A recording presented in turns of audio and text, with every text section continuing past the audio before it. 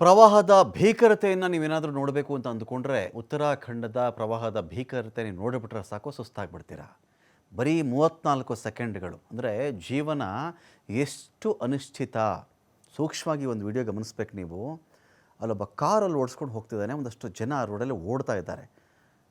ಆ ಓಡ್ತಿರ್ತಕ್ಕಂಥ ಜನಗಳ ಮೇಲೇ ಆ ಪ್ರವಾಹ ಬಂದುಬಿಡ್ತು. ಕಾರಣವನು ಬಚಾವಾದನ ಇಲ್ವ ನಮಗೆ ಸ್ಪಷ್ಟತೆ ಇಲ್ಲ ಈ ಒಂದು ವಿಡಿಯೋದಲ್ಲಿ ನಾವು ಚೆಕ್ ಮಾಡಿಕೊಂಡಾಗ. ಒಂದು ವೇಳೆ ಅವನು ಪಾರಾಗಿದ್ದರೂ ಕೂಡ ಪವಾಡ ಸದೃಶ ರೀತಿಯಲ್ಲಿ ಕಾರ್ ಓಡಿಸ್ಕೊಂಡು ಹೋದವನು ಮಾತ್ರ ಅಲ್ಲಿ ಪಾರಾಗಿರಬೇಕು.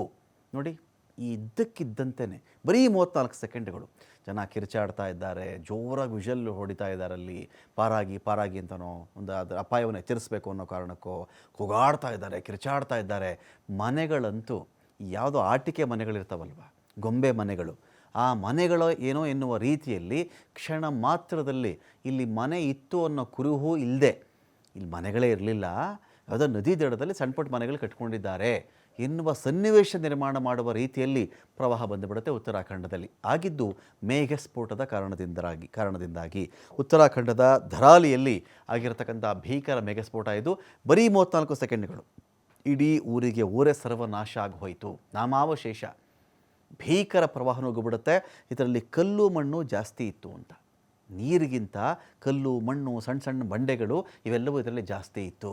ಅವುಗಳ ಹೊಡೆತಕ್ಕೆ ಒಂಥರ ಫಿರಂಗಿ ಗುಂಡುಗಳಿಗೆ ಸಿಕ್ಕಂಥ ಗೋಡೆಗಳಾಗ್ತವಲ್ವ, ಆ ರೀತಿ ಛಿದ್ರ ಆಗಿಬಿಡ್ತು. ಎಂತೆಂಥ ಮನೆಗಳು ನೋಡಿ, ಹೋಟೆಲ್ಗಳು ಹೋಯಿತು, ಮನೆಗಳು ಹೋಗಿದೆ, ಮಾರ್ಕೆಟೇ ಖಾಲಿ. ನೀರಿನ ಪ್ರವಾಹವನ್ನು ನೋಡಿ ಕೂಗಾಡಿ ಚೀರಾಡ್ಬಿಡ್ತಾರೆ ಸ್ವಲ್ಪ ಎತ್ತರ ಪ್ರದೇಶದಲ್ಲಿದ್ದಂಥ ಜನ. ಏನು ಕಿರ್ಚಿದ್ರೆ ಏನು ಮಾಡೋಕ್ಕಾಗತ್ತೆ ರೀ? ಸೆಕೆಂಡ್ಗಳ ಅವಕಾಶ ಕೂಡ ಇರಲಿಲ್ಲ. ಎಲ್ಲೋ ದೂರದಲ್ಲಿ ಪ್ರವಾಹ ಶುರುವಾಗಿದೆಯಂತೆ, ರಕ್ಷಿಸ್ಕೊಳ್ಳಿ, ಕಾಪಾಡಿ ಅಂತ ಕಿರ್ಚಿದ್ರೆ ಬೇರೆ. ಒಂದು 5 ನಿಮಿಷನೋ 10 ನಿಮಿಷ ಇದ್ದರೆ ಜೀವ ಉಳಿಸ್ಕೊಳ್ಬಹುದು, ಮನೆಗಳು ಉಳಿಯಲ್ಲ. ಇಲ್ಲಿ ಹಾಗಾಗಲೇ ಇಲ್ಲ. ಎಲ್ಲಿಂದ ನಾವು ಅಂತ ಕಿರ್ಚೋ ಅಷ್ಟರಲ್ಲೇ ಜೋರಾಗಿ ಬಂದುಬಿಟ್ಟಿದೆ. 5 ಜನ ಸಾವನ್ನಪ್ಪಿದ್ದಾರೆ ಅಂತ ಮಾಹಿತಿ ಇದೆ. ಆದರೆ ಇಲ್ಲಿ ಸಾವನ್ನಪ್ಪಿದವ್ರ ವಿಚಾರ ಇದೆಯಲ್ಲ, ಇನ್ನೂ ಜಾಸ್ತಿ ಜನ ಸತ್ತಿರಬಹುದು. ಅವರು ಡೆಡ್ ಬಾಡಿ ಸಿಗಲ್ವೋ ಅದೇ ಡೌಟು. ಕಾರಣ ಮಣ್ಣು ಕಲ್ಲು ಎಲ್ಲ ಇರುತ್ತಲ್ಲ, ಆ ಮಣ್ಣು ಕಲ್ಲು ನೀರೆಲ್ಲ ಕಡಿಮೆ ಆದಮೇಲೆ ಡೆಡ್ ಬಾಡಿಗಳ ಮೇಲೆ ಮುಚ್ಚೋಗ್ಬಿಟ್ಟಿರುತ್ತದು. ಒಂದು ಕಡೆ ನೀರಿಂದ ಉಸಿರುಗಟ್ಟು ಸತ್ತಿರಬಹುದು, ಕಲ್ಲು ಮಣ್ಣು ಪೆಟ್ಟಿಂದಾನು ಕೂಡ ಮನುಷ್ಯ ಸತ್ತಿರಬಹುದು, ಅಥವಾ ಭೂಮಿಯಲ್ಲಿ ಹುದುಗಿ ಹೋಗಿಯೇ ಸತ್ತು ಹೋಗಿರ್ಬೋದು ಅವನು. 50ಕ್ಕಿಂತ ಹೆಚ್ಚಿನ ಜನ ಕಾಣಿಸ್ತಾ ಇಲ್ಲ ಇಲ್ಲಿ ಅಂತ. ರಕ್ಷಣೆಗೆ ಧಾವಿಸ್ತಾ ಇದೆ ಸೇನೆ, SDRF, NDRF, ಅಗ್ನಿಶಾಮಕ ದಳ. ಕೆಲವು ಸೈನಿಕರು ಕೂಡ ಅದರಲ್ಲಿ ಕಣ್ಮರೆಯಾಗಿದ್ದಾರೆ ಅಂತ ಮಾಹಿತಿ ಇದೆ. ನೋಡಬೇಕಾಗತ್ತೆ ರಕ್ಷಣಾ ಕಾರ್ಯಾಚರಣೆ ಹೇಗೆ ಸಾಗುತ್ತೆ, ಯಾರಾದರೂ ಉಳ್ಕೊಳ್ತಾರಾ, ಏನು ಕಥೆ ಅಂತ.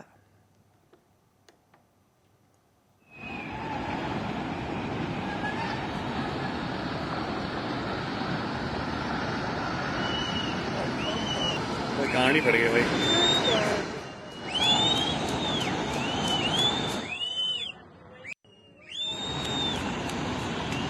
और भाई साहब, अरे भाई साहब, हरे राम हरे राम हरे राम हरे राम हरे राम हरे राम।